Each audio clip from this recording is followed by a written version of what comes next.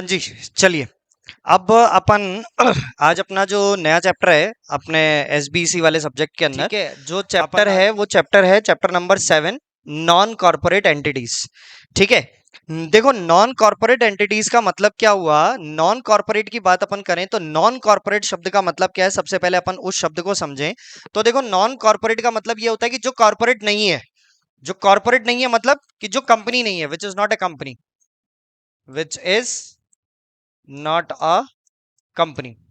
समझ रहे हैं आप मेरी बात, कि जिसको कि अपन कंपनी नहीं बोल रहे हैं, जो कंपनी नहीं है वो क्या है, नॉन कॉर्पोरेट। अब यदि अपन ये देखें कि सर जो कंपनी नहीं है और फिर अपन उस बिजनेस की बात कर रहे हैं कि सर वो कौन से बिजनेसेस हो सकते हैं, कैसे बिजनेसेस हो सकते हैं, अपन किस किस टाइप के बिजनेस वहां पे कर सकते हैं। तो आप ये देखेंगे कि देखो, सबसे पहले यदि अपन इस चैप्टर के अंदर देखें तो नॉन कॉर्पोरेट फॉर्म जो आ रहा है, उसमें सबसे पहला टॉपिक अपन जो यहाँ पे डिस्कस करेंगे इस चैप्टर के अंदर, वो डिस्कस करेंगे अपन पार्टनरशिप।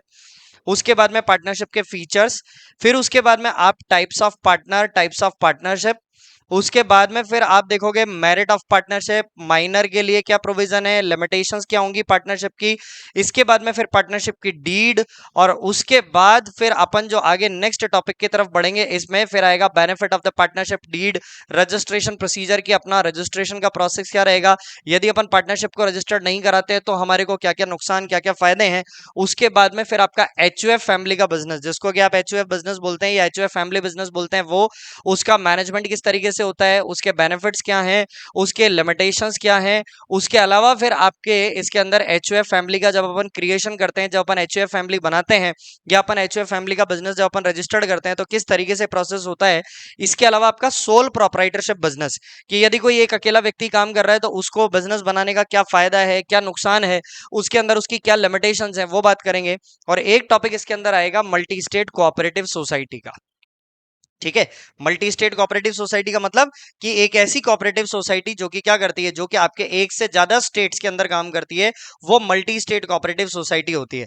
तो उस मल्टी स्टेट कोऑपरेटिव सोसाइटी का टॉपिक अपन डिस्कस करेंगे। इसके अलावा आपके पास फिर जो आपको देखने को मिलेगा टॉपिक, वो मिलेगा आपको देखने को ट्रस्ट, कि यदि अपन कोई ट्रस्ट बनाते हैं, यदि अपन कोई एनजीओ बनाते हैं या अपन कोई एनपीओ बनाते हैं, नॉन प्रॉफिट ऑर्गेनाइजेशन, तो वो कैसे बनता है, उसके अपने पर्पज क्या होते हैं, उसका अपना प्राइवेट ट्रस्ट या अपना पब्लिक ट्रस्ट क्या होता है, उसको अपने को इनकम टैक्स के अंदर जैसे एग्जाम्पशंस की यदि अपन बात करें तो अपने को कौन कौन से एग्जाम्पशंस मिलते हैं, किस तरीके से वो आपका ट्रस्ट बनाया जाता है, ये सारी चीजें अपने को इस चैप्टर के अंदर डिस्कस करनी है। और लास्ट टॉपिक फिर अपन जाके जो है वो डिस्कस करेंगे सोसाइटी का। तो मल्टी स्टेट कोऑपरेटिव सोसाइटी का टॉपिक अलग आएगा और सोसाइटी वाला जो हमारा टॉपिक होगा वो अलग आएगा। तो इस तरीके से अपने को ये जितने भी नॉन कॉर्पोरेट बॉडीज वाले या नॉन कॉर्पोरेट एंटिटी वाले जो टॉपिक हैं, वो अपने को इस चैप्टर नंबर 7 के अंदर डिस्कस करने हैं। ठीक है। तो अपन जो सबसे पहले टॉपिक की शुरुआत करते हैं, आ जाइए सबसे पहले वाले टॉपिक पे। हाँ, देखो, सबसे पहले जो हमारा टॉपिक आता है ना, वो सबसे पहला हमारा टॉपिक आता है पार्टनरशिप का। देखो यारो, यदि अपन पार्टनरशिप की बात करें तो पार्टनरशिप का मतलब क्या होता है, अपन पार्टनरशिप किसको बोलते हैं। यदि अपन एक रफली डिस्कशन करेंगे सर पार्टनरशिप का मीन क्या होता है, कि पार्टनरशिप क्या होती है, तो जनरली अपने को क्या देखने को मिलेगा, जरा देखें अपन एक बार। तो देखो, पार्टनरशिप अपन किसको बोल सकते हैं,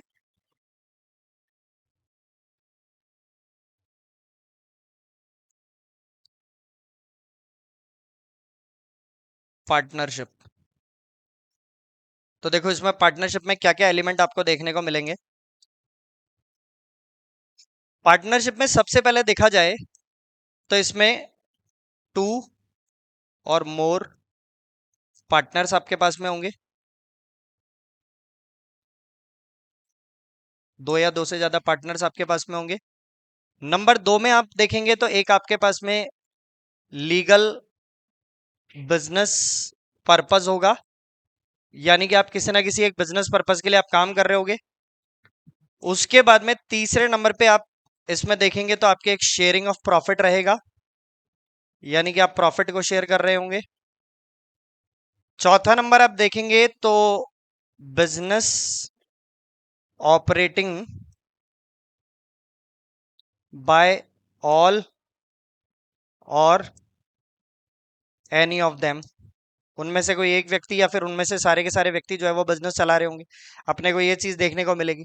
तो इस तरीके से, अच्छा, और एक इसमें सबसे ज्यादा इंपॉर्टेंट पॉइंट आता है पार्टनरशिप फॉर्म के बिजनेस के अंदर, जिसको अपन बोलते हैं म्यूचुअल एजेंसी।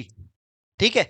तो देखो यदि अपने से कोई कहे कि बोले सर ये पार्टनरशिप क्या है या पार्टनरशिप का बिजनेस कैसे चलता है, उसकी अपन बात करें, तो उस केस में क्या होगा, उस केस के अंदर ये ध्यान रखना कि जो आपका पार्टनरशिप का बिजनेस है, उस पार्टनरशिप के बिजनेस में अपने को कुछ एलिमेंट्स ऐसे होंगे जो कि ध्यान रखने पड़ेंगे कि सर ये एलिमेंट तो प्रेजेंट होने ही होने चाहिए। यदि ये एलिमेंट अपने यहां पर बिजनेस में प्रेजेंट नहीं होंगे तो अपना पार्टनरशिप का बिजनेस भी नहीं होगा। जैसे सबसे पहले बात आती है टू और मोर पार्टनर, क्योंकि आपको ये बात पता है कि यदि अपन पार्टनरशिप की बात करते हैं, अपन है ना एलएलपी की बात करते हैं, अपन है ना कंपनी की बात करते हैं, तो हमेशा कम से कम कितने लोग, मिनिमम से मिनिमम दो लोगों की तो आवश्यकता अपने को पड़ेगी ही पड़ेगी। कम से कम दो लोग तो अपने को चाहिए ही चाहिए होंगे। बिना दो लोगों के अपन क्या नहीं कर सकते, बिना दो लोगों के अपन कोई भी अपना जो पार्टनरशिप का बिजनेस है, एलएलपी का बिजनेस है, कंपनी का बिजनेस है, या अदरवाइज कोई बिजनेस है सोल प्रोप्राइटरशिप को छोड़ के, तो वो अपन नहीं चला सकते। तो सबसे पहली बात आ जाती है अपने पास में कितने लोग होना जरूरी है, दो या दो से ज्यादा। फिर उसके बाद में आप देखेंगे कि तो एक लीगल बिजनेस पर्पस होना चाहिए। आज अपन पार्टनरशिप बनाने की बात कर रहे हैं, तो पार्टनरशिप का अपना एक जो सोलो मोटिव है, वो सोलो मोटिव क्या है, पार्टनरशिप का प्रॉफिट अर्न करना। क्योंकि पार्टनरशिप का प्रॉफिट अर्न करने के लिए या किसी बिजनेस के प्रॉफिट को अर्न करने के लिए ही तो अपन बिजनेस चला रहे हैं। आप एक बात बताइए, यदि आपका पर्पस होता है समाज सेवा करना, सोशल सर्विस करना, तो क्या आप कभी कोई पार्टनरशिप बनाते हैं? नहीं बनाते। व्यक्ति यदि पार्टनरशिप बना रहा है, व्यक्ति यदि एलएलपी बना रहा है, व्यक्ति यदि मान लीजिए कि किसी भी तरीके का कोई बिजनेस चला रहा है, तो अल्टीमेट उसका लक्ष्य क्या है, अल्टीमेट उसका गोल क्या है? पैसा कमाना, प्रॉफिट अर्न करना, कुछ इनकम अर्न करना। यदि मैं ये कह रहा हूं कि नहीं मैं एक बिजनेस चला रहा हूं और मेरा पर्पस क्या है, समाज सेवा करना था, how could it be possible? ये तो मैच ही नहीं हुआ कॉन्सेप्ट। आप चला रहे हो बिजनेस और वो समाज सेवा करने के लिए, तो ऐसा नहीं हो सकता। समझ रहे हैं आप मेरी बात? तो आप जब पार्टनरशिप का बिजनेस चलाते हैं तो पार्टनरशिप के बिजनेस का आपका पर्पस क्या रहेगा, ऑब्जेक्ट क्या रहेगा? To earn the profit, profit कमाना। दूसरी बात, अब चूंकि वो बिजनेस आपके एक व्यक्ति के द्वारा नहीं चलाया जा रहा, कई व्यक्तियों के द्वारा चलाया जा रहा है, दो से ज्यादा, तो वो हर व्यक्ति वहां पे बिजनेस में जो कैपिटल लेकर आया, वो क्यों लेकर आया है? क्योंकि उसको कुछ प्रॉफिट चाहिए। तो आप जितना भी प्रॉफिट कमाते हैं, वो प्रॉफिट आपको क्या करना पड़ेगा, वो प्रॉफिट आपको शेयर करना पड़ेगा अपने सभी साझेदारों के साथ में, सभी पार्टनर्स के साथ में। ठीक है। कभी भी ऐसा नहीं हो सकता कि एक पार्टनर ये कहे पार्टनरशिप के अंदर कि बोले साहब सारे जितने भी प्रॉफिट्स हैं वो सारे प्रॉफिट मैं ही रखूंगा, आपको कोई भी प्रॉफिट नहीं दूंगा। ये कहना गलत हो जाएगा। आप ये ध्यान रखो, जितना भी प्रॉफिट आपकी फर्म कमा रही है और आपका पार्टनरशिप में जो एग्रीड रेशो आपने जो तय करा है, रेशो अपना अनुपात प्रॉफिट शेयरिंग का जो तय करा है आपने, उस अनुपात में आपका वो प्रॉफिट बटेगा। और आपको ये भी बात पता है कि यदि वहां पर हमारे को पार्टनरशिप डीड में किसी भी तरीके का कोई भी प्रॉफिट शेयरिंग नहीं दे रखा, तो फिर उस केस में आप क्या करोगे? उस केस में आप वो अनुपात जो आप रखोगे वो आपका क्या रहेगा? 1:1 का, मतलब बराबर बराबर मात्रा में आप उसको बांट दोगे। समझ गए आप मेरी बात? अच्छा। उसके बाद में business operating bye all or any of them. देखो पार्टनरशिप में ये भी एक बहुत बड़ा कैरेक्टर होता है कि आपका पार्टनरशिप का बिजनेस या तो आपके सभी साझेदारों के द्वारा, यानी कि बिजनेस बाय ऑल, और या फिर क्या होता है, business by any one of them who is authorised by remaining partners. यानी कि या तो अपन सारे साझेदार मिलकर, सारे पार्टनर मिलकर बिजनेस चलाएंगे, और यदि अपन सारे पार्टनर मिलकर बिजनेस नहीं चला रहे हैं तो फिर अपने में से कोई एक पार्टनर को, दो पार्टनर को अपन बाकी पार्टनर ऑथोराइज कर देंगे कि भैया आप हमारे बेहाफ पे क्या करोगे, पार्टनरशिप का बिजनेस चलाओगे। समझ गया बात? तो पार्टनरशिप में एंगेजमेंट होने का या पार्टनरशिप में बिजनेस चलाने का हर पार्टनर को एक अधिकार होता है। आप कोई भी पार्टनर किसी भी पार्टनर को ये नहीं कह सकता कि मैं आपको बिजनेस में एंट्री नहीं दूंगा, मैं आपको बिजनेस चलाने नहीं दूंगा, आप तो सिर्फ कैपिटल लगा दो, आपको बिजनेस में बाकी कोई अधिकार नहीं होगा। ये सब कहना गलत है, फिर तो पार्टनरशिप ही नहीं हुई। तो पार्टनरशिप में क्या होता है, हर व्यक्ति को बराबर मात्रा में अधिकार रहता है। उसके बाद सबसे बड़ा और सबसे इंपॉर्टेंट पॉइंट आता है म्यूचुअल एजेंसी का। सबसे बड़ा और सबसे इंपॉर्टेंट पॉइंट म्यूचुअल एजेंसी। क्यों? म्यूचुअल एजेंसी का मतलब क्या होता है? देखो पार्टनरशिप फर्म के बिजनेस में क्या होता है, मैं आपको एक चीज बताता हूं। पार्टनरशिप फर्म के बिजनेस में हमेशा आप एक पॉइंट ध्यान रखना कि जैसे मान लीजिए कि अपने पास में दो पार्टनर है, एक पार्टनर ये है और एक पार्टनर ये है। एक पार्टनर है राम, एक पार्टनर है श्याम। ये दो पार्टनर है अपने पास पार्टनरशिप फर्म के बिजनेस में। अब क्या होता है, म्यूचुअल एजेंसी की बात करूं तो म्यूचुअल एजेंसी में क्या होगा, ये व्यक्ति जो है वो इस व्यक्ति के लिए लायबल रहेगा। मतलब कि क्या होगा, ये व्यक्ति यदि एजेंट है तो ये व्यक्ति इसका क्या हो जाएगा, प्रिंसिपल हो जाएगा। और यदि आप कहते हो कि नहीं सर ये व्यक्ति जो है वो इसका प्रिंसिपल है, तो ये व्यक्ति इसके लिए क्या हो जाएगा, इसका एजेंट हो जाएगा। तो इसका मतलब अल्टीमेटली क्या हुआ है कि पार्टनरशिप फर्म के बिजनेस में एजेंसी कॉन्सेप्ट चलता है। जिसमें कि यदि एक पार्टनर को आप एजेंट मानते हो तो दूसरे पार्टनर को आपको क्या मानना पड़ेगा, प्रिंसिपल। और जिस पार्टनर को आप प्रिंसिपल मानते हो वो एजेंट का भी रोल प्ले करता है, तो इसलिए अदरवाइज जो पार्टनर होता है, जो फर्स्ट पार्टनर होता है, फिर वो क्या कहलाएगा, वो प्रिंसिपल कहलाएगा। तो अल्टीमेटली दोनों पार्टनर क्या हो गए एक दूसरे के लिए, प्रिंसिपल और एजेंट हो गए। तो इसका मतलब क्या हुआ कि यदि एजेंट कुछ भी गलती करता है तो उसके काम के लिए लायबल कौन रहता है, पार्ट जो उसका प्रिंसिपल रहता है। तो अब यहां पर भी क्या होगा, यदि एक पार्टनर कोई गलती करेगा तो उसके लिए लायबल कौन रहेगा, दूसरा वाला पार्ट। लेकिन यहां म्यूचुअल एजेंसी का कॉन्सेप्ट ये बोलता है कि यदि मान लीजिए कि आपकी पार्टनरशिप फर्म आपने बनाई है और आपने पार्टनर्स को यदि कोई अधिकार दिया है, तो पार्टनर जब तक अपनी अथॉरिटी में रहते हुए काम करेगा, पार्टनर जब तक अपनी अथॉरिटी में रहते हुए काम करेगा, विद इन अथॉरिटी, तब तक तो ध्यान रखना कि वहां पे सारे के सारे पार्टनर इक्वली लायबल हो जाएंगे। और यदि मान लीजिए कि पार्टनर अपनी अथॉरिटी को क्रॉस करके बियॉन्ड द अथॉरिटी जाकर कोई काम करता है, तो वहां पर फिर वो व्यक्ति यानी कि वो पार्टनर जिसने अपनी अथॉरिटी को क्रॉस किया है, केवल वही partner, only that partner will be solely responsible. केवल उसी पार्टनर को अपन रिस्पॉन्सिबल मानेंगे। क्यों? जैसे फॉर एग्जांपल मान लीजिए कि राम और श्याम दो पार्टनर थे, राम ने फ्रॉड करा किसी थर्ड पार्टी के साथ में, तो भैया एक बात बताओ, शाम क्यों भुगतेगा उस बात को, शाम ने थोड़ी ना करा है। ये तो अन्याय हो जाएगा। यदि कोर्ट शाम को भी पनिशमेंट दे, कोर्ट ही कहेगी नहीं शाम तू भी इसको कंपनसेशन देगा, तो शाम कहेगा बोले साहब मैंने क्या गलती करी है, एक बात बताओ, मेरे को कहीं को कंपनसेशन देने के लिए बोल रहे हो, गलती तो इसने करी है। हाँ, यदि मान लो कि अपन राम और श्याम मिलकर एक बिजनेस कर रहे थे पार्टनरशिप का, और बिजनेस करते समय यदि राम से कुछ गलती हो गई, बिजनेस करते समय जब राम अपनी अथॉरिटी में रहकर काम कर रहा था, तो फिर राम से कोई गलती हो गई, तो उसकी गलती को तो शाम को भी भुगतना पड़ेगा। रीजन बीइंग क्योंकि वहां पे उन दोनों के बीच में क्या है, म्यूचुअल एजेंसी है। समझ गए आप मेरी बात, क्लियर है फंडा? तो ये कॉन्सेप्ट होता है हमारा पार्टनरशिप का। ये तो अपन ने समझा एक इंट्रोडक्शन के तौर पे कि सर एक इसका मतलब नॉर्मल मीनिंग की अपन बात करें कि सर पार्टनरशिप अपन किसको बोलते हैं। ठीक है, अब आओ आप अपने नोट्स पे। देखो अब इसमें पार्टनरशिप का मीन क्या बोल रहा है जरा उसको समझो आप। इसमें लिख रहा है Indian partnership act, Indian partnership act defines the partnership as partnership is the relation between the person who have agreed to share the profit, आ गया, of a business carried on by all or any one of them acting for the all। ठीक है, एक ये वाला element हो गया और एक ये वाला एलिमेंट हो गया देखा जाए तो। ठीक है, जो अभी अपन ने पीछे पढ़ा था। फिर आगे क्या लिखा, the person who have agreed to join in partnership are individually called the partner and collectively a firm. मतलब कि यदि आप देखोगे तो आपको क्या मिलेगा देखने को कि यदि अपन एक single single single single partner की बात करें तो सिंगल सिंगल व्यक्ति तो वहां पे क्या कहलाएगा, पार्टनर कहलाएगा। और यदि अपन उन व्यक्तियों को क्लब कर दें, अपन उन व्यक्तियों को ज्वाइंट कर दें आपस में, तो आपस में वो व्यक्ति सारे के सारे समूह के तौर पे, एक एसोसिएशन के तौर पे क्या माने जाएंगे, वो माने जाएंगे पार्टनरशिप फर्म, या फिर आप उसको दूसरे शब्दों में बोल सकते हो वो केवल फर्म कहलाएंगे। समझ गए आप मेरी बात, मैंने क्या बोला, क्लियर? तो पार्टनरशिप फर्म या फर्म का मतलब क्या हुआ, यदि इंडिविजुअली व्यक्ति की अपन उसमें बात करें, इंडिविजुअल पर्सन की यदि अपन उसमें बात करें तो वो क्या कहलाएगा, पार्टनर। और यदि अपन उन सारे पार्टनर्स को एक ग्रुप के अंदर बात करें तो वो ग्रुप के अंदर सारे पार्टनर लोग क्या कहलाएंगे, आपके पार्टनरशिप फर्म या फिर एक केवल फर्म। समझ गए आप यहां तक की बात, क्लियर? तो अपने को यहां पर दो असेंशियल एलिमेंट दिए हुए हैं, ये ध्यान में रखिएगा। उसके बाद में अब आओ आप अगला पॉइंट है इसके अंदर, features of the partnership firm. मतलब पार्टनरशिप फर्म के फीचर्स क्या होते हैं, फीचर्स बोलो या विशेषताएं बोलो या कैरेक्टरिस्टिक्स बोलो, एक ही बात है। इसमें देखो सबसे पहले अपने को दिया हुआ है एग्जिस्टेंस ऑफ एन एग्रीमेंट। एक बात बताइए, पार्टनरशिप फर्म का जब बिजनेस अपन चला रहे हैं तो एक बात बताओ कि उसमें कुछ ना कुछ टर्म्स और कंडीशन तो सेटल हुई हुई होगी अपने पार्टनर्स के बीच में। तो जो पार्टनर्स के बीच में टर्म्स और कंडीशन सेटल हुई है, वो जो सेटल हुई होगी या तो ओरली हुई होगी या राइटिंग में हुई होगी। तो आपने ओरली या राइटिंग में जैसे भी उन टर्म्स और कंडीशन को बिजनेस को चलाने के लिए सेटल किया है, उसको अपन क्या बोल रहे हैं, उसको अपन बोल रहे हैं एक एग्रीमेंट। और जब वो एग्रीमेंट आपके सभी पार्टनर्स के द्वारा साइन कर दिया जाएगा तो वो क्या बन जाएगा, पार्टनरशिप डीड या पार्टनर का एग्रीमेंट। ठीक है, जिसमें कि क्या लिखा जाता है, जिसमें आपके पार्टनरशिप के जो आपके पार्टनर्स के म्यूचुअल राइट्स हैं, ड्यूटीज हैं, ऑब्लिगेशन है, वो उस पार्टनरशिप डीड के अंदर, पार्टनरशिप एग्रीमेंट के अंदर मेंशन होते हैं, लिखे जाते हैं, ये ध्यान में रखना। अब देखो यहां पे क्या लिख रहा है, इसमें लिख रहा है partnership is formed on the basis of an agreement between two or more persons to carry on the business. It does not arise out of the operation of law as in the case of joint Hindu family business. इसका मतलब बता सकते हो क्या है? हाँ, वहां पे कोई भी व्यक्ति परिवार का उसका बिजनेस का मेंबर कैसे बनता है, right, correct. Hindu undivided family में कॉन्सेप्ट होता है कि जैसे ही वहां पे कोई बच्चा पैदा हुआ हिंदू अनडिवाइडेड फैमिली में, तो वो पैदा होने के दिन से ही क्या हो जाता है, उस एचयूएफ फैमिली के बिजनेस का मेंबर बन जाता है।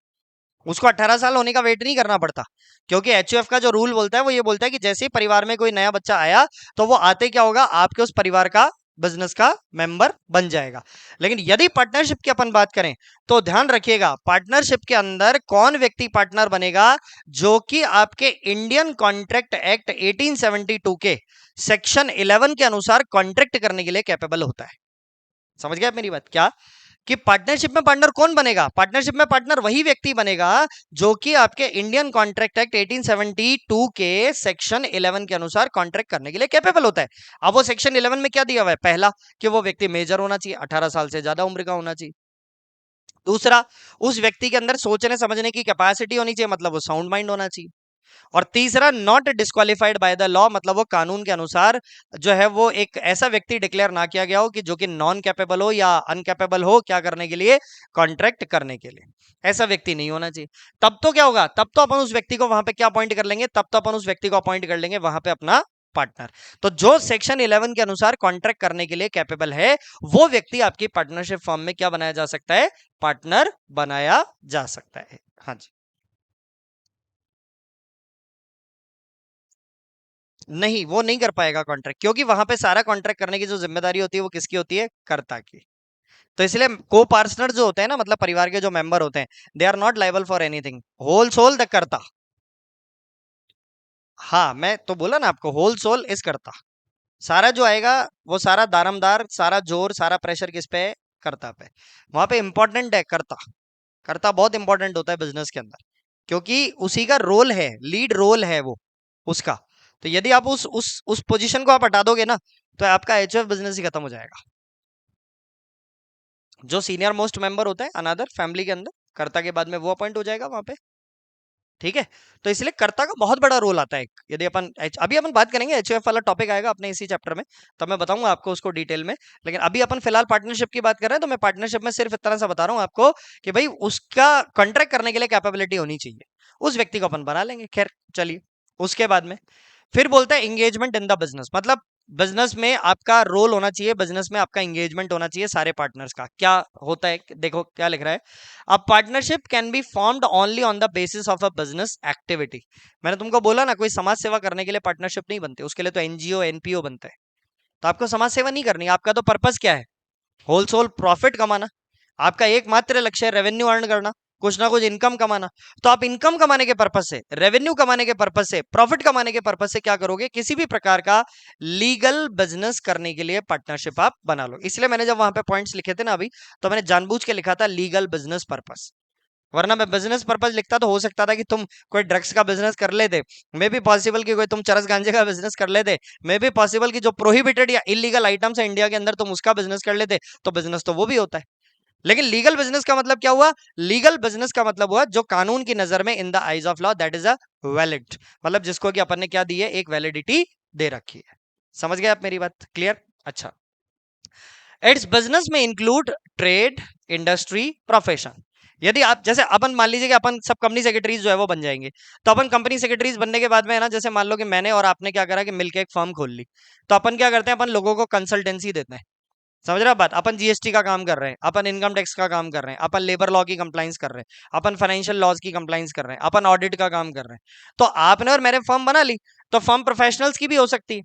समझ गए आप मेरी बात? अपन कोई दूसरा प्रोफेशन चला सकते हैं, जैसे दो डॉक्टर्स ने मिलकर फर्म बना ली, दो इंजीनियर्स, दो एडवोकेट, दो चार्टर्ड अकाउंटेंट, या chartered accountant company secretary, cost accountant, advocate, अपन सब लोगों ने मिलकर फर्म बना ली।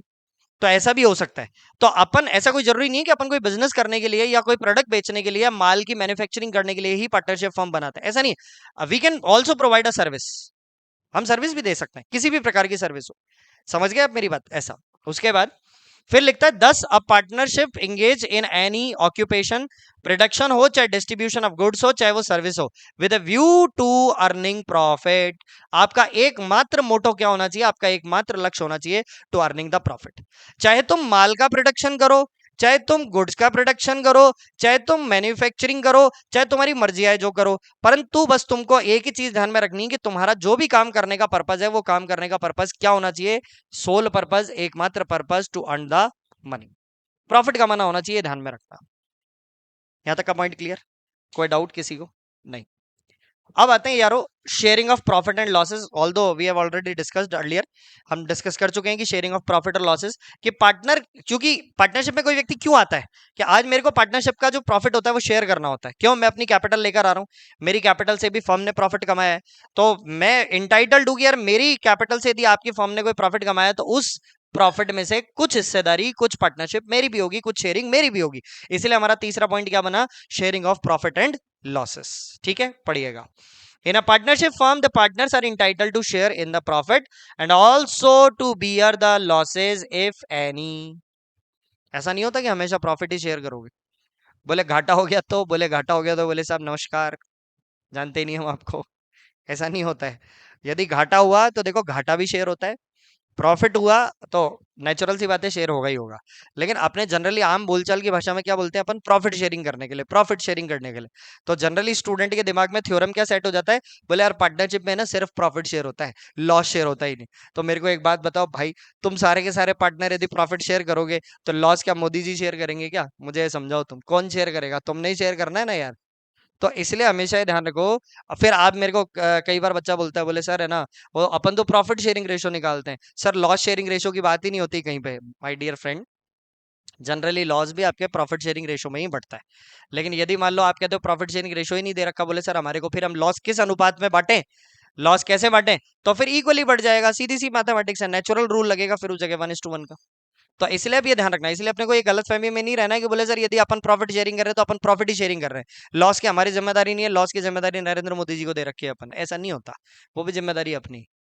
आ गई बात समझ? वो अपने को ही घाटा बांटना पड़ेगा। चलो खैर, तो ये शेयरिंग ऑफ प्रॉफिट वाला क्लियर? यहां तक में कोई डाउट है किसी स्टूडेंट को तो बताएं पहले आप। नहीं? चलें आगे। चलो, अब उसके बाद में आता है देखो एजेंसी रिलेशनशिप। एजेंसी रिलेशनशिप के लिए मैंने तुम्हें अभी बताया था ना एक म्यूचुअल एजेंसी वाला पॉइंट, ये वही है पॉइंट। देखो इसमें क्या लिखता है? The partnership business may be carried on by all or any of the partners acting for the all. Each partner is principal and so can act in his own right.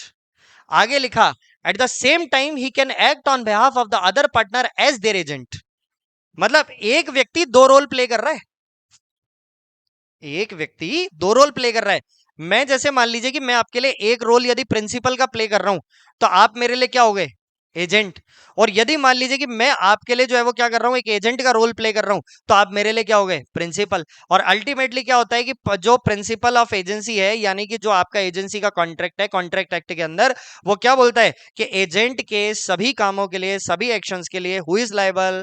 His principal, उसका principal liable होगा। तो यहां पे भी क्या होगा? यहां पे भी यदि आपका पार्टनर अपनी अथॉरिटी में रहकर, ध्यान रखना मैं क्या बोल रहा हूं, यदि आपका पार्टनर अपनी अथॉरिटी में रहकर कोई काम करता है और फिर उससे यदि कोई मिस्टेक हो जाती है, गड़बड़ हो जाती है, तो उसके लिए वो स्वयं तो लायबल है ही है, वो पर्सनली तो लायबल होएगा ही होएगा, मतलब वो पार्टनर तो लायबल है, पार्टनर के साथ में जो आपके अनदर पार्टनर्स होंगे those are also will be liable. आ गई बात समझ में अपने को? ये कॉन्सेप्ट होता है म्यूचुअल एजेंसी का। ठीक है, अब देखो आगे। दस every partner can bind the firm by his act. मतलब कि वहां पार्टनर एक दूसरे को क्या कर सकते हैं? अपने एक्शन से पार्टनरशिप फर्म को बाइंड कर सकते हैं। Partnership firm means what? क्या यहाँ पे क्या होगा? यहाँ पे जो पार्टनर्स लोग हैं, क्योंकि यहाँ पे ध्यान रखना कि सेपरेट लीगल एंटिटी का कॉन्सेप्ट नहीं होता है कंपनीज एक्ट की तरह से। पार्टनरशिप फर्म की जब अपन बात करेंगे ना, तो पार्टनरशिप फर्म जो 1932 वाली है उसके अंदर सेपरेट लीगल एंटिटी का कॉन्सेप्ट नहीं होता। मतलब पार्टनरशिप फर्म और उसके पार्टनर दोनों अलग अलग नहीं होते हैं, वो दोनों क्या होते हैं? एक ही माने जाते हैं, एक समान माने जाते हैं, इक्वल माने जाते हैं। हाँ जी, हाँ, इसीलिए तो फिर सेपरेट लीगल एंटिटी के कॉन्सेप्ट के लिए अपन ने एक एलएलपी का कॉन्सेप्ट बनाया, वो अलग है, उसको छोड़ो खैर। तो अपन यदि बात करें तो अपन ये ध्यान रखना कि पार्टनरशिप फर्म के अंदर जो भी आपके पार्टनर्स होते हैं वो सारे कुल मिलाकर क्या माने जाते हैं? फर्म माने जाते हैं। इसलिए यदि कोई एक पार्टनर गलती करता है तो यानी कि आप ये बोल सकते हो या तो बाकी पार्टनर जिम्मेदार होंगे, या फिर आप ये भी कह सकते हो कि सर उसके लिए आपकी जो पार्टनरशिप फर्म है वो जिम्मेदार रहेगी। क्लियर? कोई डाउट यहां तक का? नहीं।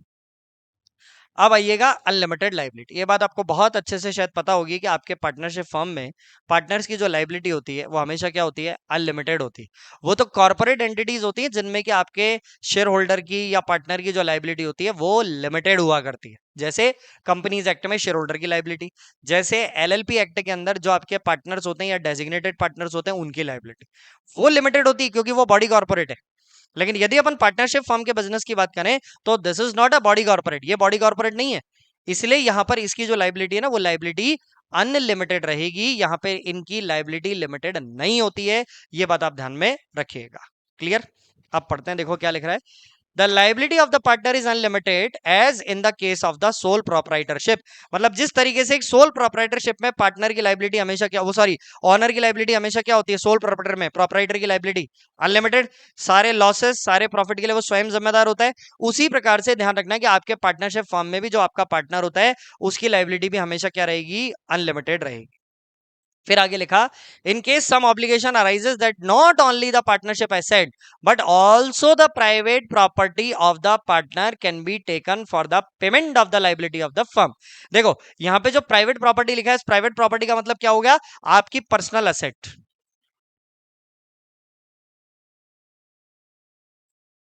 आपकी पर्सनल एसेट। यदि मान लीजिए कि मैं फर्म का जो है वो डेट पे कर रहा हूं, फर्म की लाइबिलिटी पे कर रहा हूं, तो सबसे पहली बात आती है कि मैं फर्म की लाइबिलिटी कहां से पे करूंगा, जो फर्म की एसेट होगी वहां से करूंगा।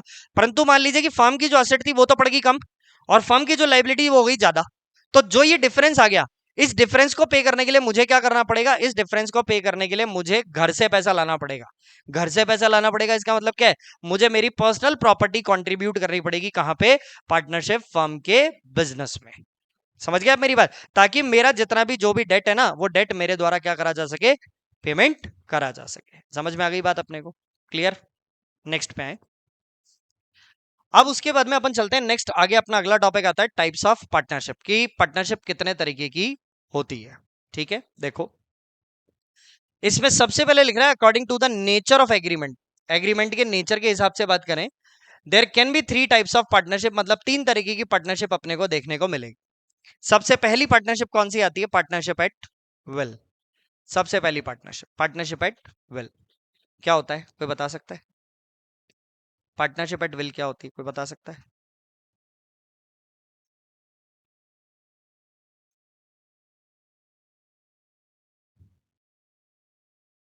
हम्म, हाँ, देखिए ये सबसे easiest mode of partnership business होता है, partnership at will. At will मतलब इच्छा, आपकी और मेरी इच्छा हुई आज चलो अपन ने पार्टनरशिप का बिजनेस चालू कर लिया, अपन बिजनेस चला रहे हैं चला रहे हैं चला रहे हैं चला रहे हैं चला रहे हैं चला रहे हैं चला रहे हैं। अब वन डे कम्स, एक दिन आता है जब या तो हमारे को घाटा होने लग गया, या हमने कहा कि यार इससे ज्यादा अच्छा कोई एक बिजनेस हो सकता है, या मे बी पॉसिबल आपकी मेरी बन नहीं रही है, तनातनी हो गई, कुछ भी बात हो गई और अब हम पार्टनरशिप फर्म को कंटिन्यू करना नहीं चाहते, तो हमारे पास एक मेथड होता है कि अपन क्या करेंगे, पार्टनरशिप एट विल के अंदर एक पार्टनर बाकी सारे पार्टनर्स को राइटिंग में, लिखित में अपने जाने का नोटिस देगा, और जैसे ही वो अपने जाने का नोटिस बाकी सारे पार्टनर्स को देता है, आपकी जो पार्टनरशिप एट विल है वो वहीं की वहीं क्या होगी, खत्म हो जाएगी। समझ गया बात? तो ये पार्टनरशिप एट विल जो होती है ये जनरल पार्टनरशिप का कॉन्सेप्ट होता है, ये ध्यान रखना, ये जनरल पार्टनरशिप के अंदर आता है। तो जिसमें कि क्या होता है, एक साझेदार बाकी सारे साझेदारों को, बाकी सारे पार्टनर्स को नोटिस देगा राइटिंग में, और नोटिस देके आप क्या करोगे, आपकी पार्टनरशिप फर्म एनी टाइम, कभी भी किसी भी समय जब आप चाहो छोड़कर आप जा सकते हो। समझ गए आप मेरी बात? तो उसको अपन कौन सी पार्टनरशिप फर्म बोलते हैं, पार्टनरशिप एट विल। आ गई बात है? एट विल का मतलब जो इच्छा पर आधारित है। ठीक है, डिपेंड ऑन विल। विल का मतलब हिंदी में हो गया इच्छा। ठीक है, जो आपकी इच्छा पर आधारित है, जो आपके विल पर आधारित है। समझ गए आप मेरी बात? अब पढ़ो आगे क्या लिखता है। Such a partnership exist on the will of the partners, that is it can be brought to an end whenever any partner give notice of intention to do so. इसका मतलब क्या है, इसका मतलब ये है कि ये पार्टनरशिप एग्जिस्ट तो करती है, लेकिन एग्जिस्ट किसकी इच्छा पर करती है, on the will of the partner, मतलब पार्टनर लोगों की इच्छा पर डिपेंड करती है। समझ रहे हो आप मेरी बात है? किसी की इच्छा पर, पार्टनर लोगों की इच्छा पर डिपेंड करती है कि पार्टनर लोग चाहे तो जो है वो क्या कर लें, पार्टनर लोग चाहे तो जो है वो अपनी पार्टनरशिप को कंटिन्यू कर लें, और पार्टनर लोग चाहे तो अपनी पार्टनरशिप फर्म को कंटिन्यू ना भी करें। दोनों वाली बातें हैं। समझ गए आप मेरी बात? अच्छा, फिर उसके आगे चलते हैं। That is it can be brought an end, मतलब उसको खत्म करा जा सकता है, ब्रॉट टू एन एंड, उसको खत्म करा जा सकता है कब? वेन एवर, कभी भी। Any partner give notice of intention to do so in writing, in writing. जब वो पार्टनर अपनी पार्टनरशिप फर्म को खत्म करने की जो इंटीमेशन है, जब वो बाकी के दूसरे पार्टनर्स को लिखित में दे देगा, राइटिंग में दे देगा, तो जैसे ही वो अपनी इंटीमेशन देगा दूसरे पार्टनर्स को राइटिंग में अपनी पार्टनरशिप फर्म को डिसॉल्व करने की, खत्म करने की, पार्टनरशिप फर्म को छोड़ के जाने की, तो जैसे ही उसने इंटीमेशन दी, इंटीमेशन देते क्या होगा, वहां पे आपकी पार्टनरशिप फर्म खत्म हुई मान ली जाएगी। समझ गए आप मेरी बात? उस पार्टनरशिप फर्म को अपन क्या बोलते हैं? Partnership at will. क्लियर? अब आओ दूसरा, पर्टिकुलर पार्टनरशिप। इसका दूसरा नाम और होता है जिसको अपन बोलते हैं स्पेशल पार्टनरशिप।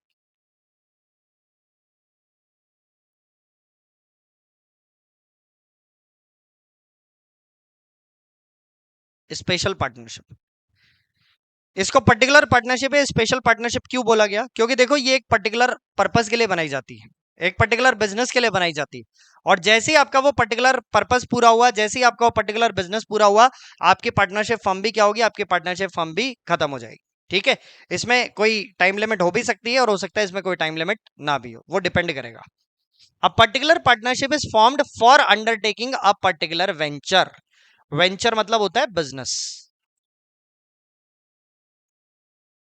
वेंचर मतलब होता है बिजनेस।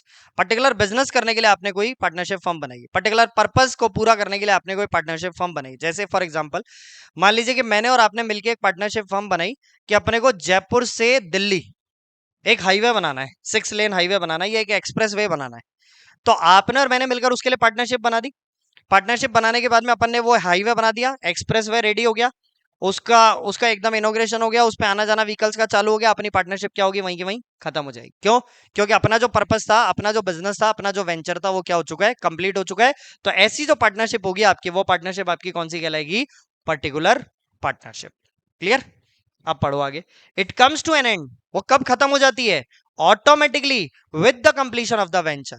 जैसे ही वो पर्पस पूरा हुआ, तो as soon as the purpose complete, जैसे ही वो पर्पस कंप्लीट होगा, आपकी पार्टनरशिप भी वहीं की वहीं क्या हो जाएगी? फिनिश हो जाएगी, खत्म हो जाएगी। समझ गए आप बात? हाँ, अब वो एक बात अलग है कि आप उसको आगे कंटिन्यू करना चाह रहे। चलो सपोज करो मेरा पर्टिकुलर पार्टनरशिप थी, मेरा पर्पस पूरा हो गया, लेकिन उसके बाद भी मैं आगे पार्टनरशिप फर्म को कंटिन्यू कंटिन्यू कंटिन्यू चलाए रख रहा हूं, तो बताओ कौन सी पार्टनरशिप होगी?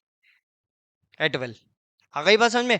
वो पार्टनरशिप जो पर्टिकुलर पार्टनरशिप थी, स्पेशल पार्टनरशिप थी ना आपकी, वो कन्वर्ट हो जाएगी किस वाली के अंदर? पार्टनरशिप एट विल के अंदर। और फिर उसका एंड कब होगा, कैसे होगा? जैसे कि मैंने एट विल वाली में भी आपको समझाया था कि एक पार्टनर बाकी सारे पार्टनर्स को नोटिस देगा, और नोटिस देके आपकी पार्टनरशिप फर्म को छोड़कर चला जाएगा, तो वो पार्टनरशिप फर्म फिर वहां डिसॉल्व होगी। समझ गए आप मेरी बात? वो कब होगा? जब आप अपना पर्टिकुलर जो पार्टनरशिप का बिजनेस है वो आपका पूरा हो गया, या पर्टिकुलर एक समय जो आपने निर्धारित करा था अपने पार्टनरशिप फर्म के बिजनेस को चलाने के लिए, वो पूरा हो गया। उसके बाद भी यदि आप पार्टनरशिप फर्म को कंटिन्यू रखते हो, तब वहां पर ये चीज आएगी।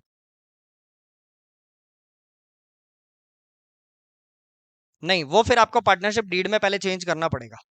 यदि पार्टनरशिप डीड में ये लिखा हुआ है कि यदि कोई हमारा पार्टनर छोड़ के जाता है तो हमारी पार्टनरशिप फर्म बंद नहीं होगी, तो subject to the provision in the partnership deed, यदि कोई पार्टनर छोड़ के जाएगा भी, कभी भी नोटिस भी दे जाएगा, तो भी हमारी पार्टनरशिप बंद होने वाली नहीं है। फिर हम उस पार्टनरशिप को पार्टनरशिप एट विल नहीं बोलेंगे, फिर उसको बोला जाएगा general partnership.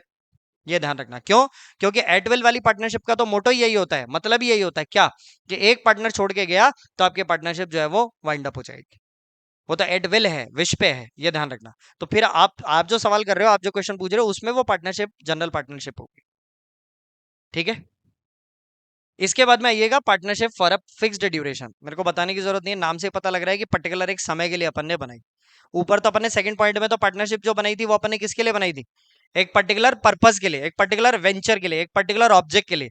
When the object finish, when the object complete, venture finish, तो आपके पार्टनरशिप भी फिनिश। लेकिन यहाँ पे क्या होगा? यहाँ पे एक टाइम लिमिट होगी।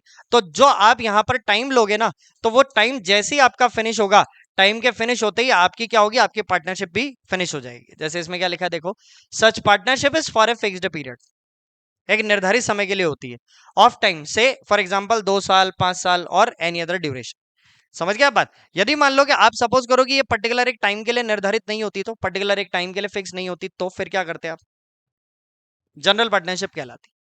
समझ गए आप मेरी बात? पार्टनरशिप जो है वो कौन सी हो जाती है आपकी? जनरल पार्टनरशिप कहलाती। और यदि आपने कोई समय निर्धारित कर रखा है, यदि आपने उसमें कोई पर्पज निर्धारित कर रखा है, पर्पज आपने फिक्स कर रखा है, तो वो आपकी पार्टनरशिप कौन सी कहलाएगी? Special partnership.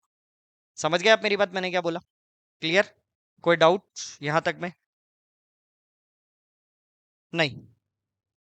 वो तो फिर कुछ वो तो सुनो मेरी बात, उस पीरियड से पहले यदि आपको पार्टनरशिप फर्म को खत्म करना है, तो फिर आपको ये देखना पड़ेगा कि यदि कुछ ऐसे सर्कमस्टांसेस हो चुके हैं कि जिसमें कि हम उस पार्टनरशिप को आप कंटिन्यू नहीं कर सकते, तो एक बात अलग है। से फॉर एग्जांपल जैसे deadlock in the partners.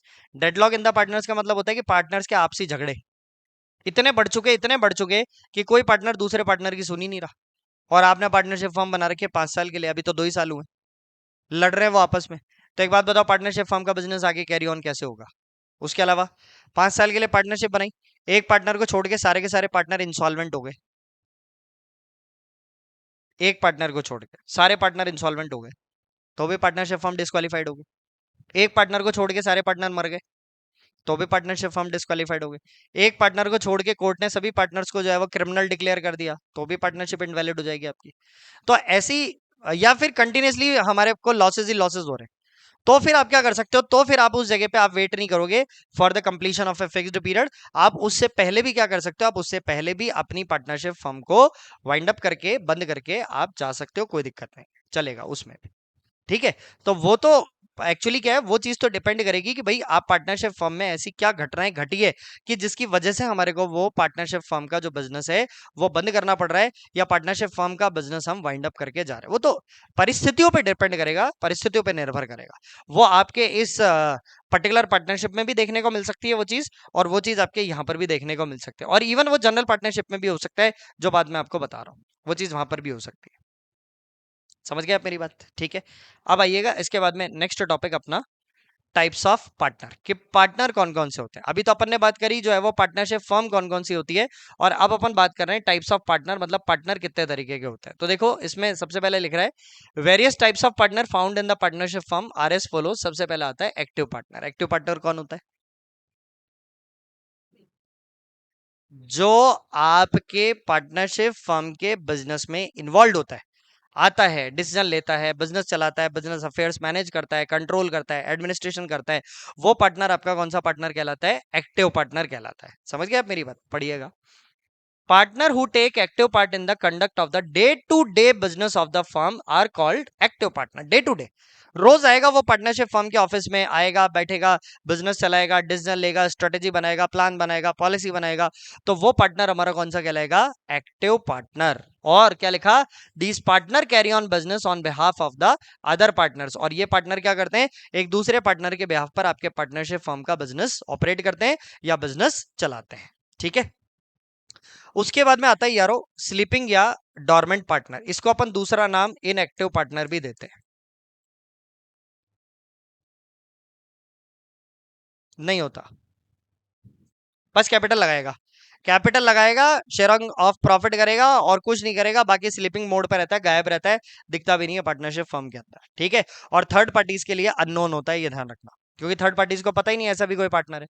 Sleeping or dormant partner are those who do not take active part, who do not take active part in the management of the business. जो फर्म के business में actively participate नहीं करता है। और क्या लिखा? Such partner only contribute capital in the firm and bound by the activities of the other partner. बस जो पार्टनरशिप फर्म के जो अदर पार्टनर जो भी कोई एक्शन लेते हैं, जो भी कोई काम करते हैं, उसके लिए ये पार्टनर भी जिम्मेदार होता है, ये ध्यान में रखना। समझ गया बात? हालांकि ये पार्टनरशिप फर्म में एक्टिवली पार्टिसिपेट नहीं करता, लेकिन फिर भी क्या होता है, लेकिन फिर भी इस पार्टनर को जो है वो अपन वहां पे पार्टनरशिप फर्म के कामों के लिए, एक्टिविटीज के लिए लाइबल मानते हैं। कैपिटल कंट्रीब्यूशन जरूर करेगा ये। उसके बाद लिखा है however they share in the profit and losses of the business. और इसके अलावा ये क्या करता है? इसके अलावा ये पार्टनरशिप फर्म के जितने भी कोई प्रॉफिट्स होते हैं, जितने भी कोई लॉसेस होते हैं, तो उन प्रॉफिट और लॉसेस में भी क्या करता है? शेयरिंग करता है। कौन? जो स्लीपिंग पार्टनर होता है वो। बस स्लीपिंग पार्टनर में एक चीज तुम ध्यान रखना, कि जो स्लीपिंग पार्टनर होगा ना, वो एक्टिवली पार्टिसिपेट नहीं करेगा बिजनेस के अंदर, बाकी जो है वो सारे काम करता है। समझ गए क्या आप मेरी बात, मैंने क्या बोला? ठीक है। अब यहाँ मैं तुम्हारे को कल पढ़ाऊंगा, यहाँ से अपन कल डिस्कस करेंगे कि अदर पार्टनर अपने कौन कौन से और होते हैं, जिसमें कि नॉमिनल पार्टनर, फिर उसके बाद में पार्टनर बाय होल्डिंग आउट, और माइनर पार्टनर और एक अपन डिस्कस करेंगे इसके अंदर कि अदर पार्टनर्स में और कौन कौन आएगा। ठीक है, वो अपन कल की क्लास में डिस्कस करेंगे। कोई डाउट है तो बताएं। नहीं?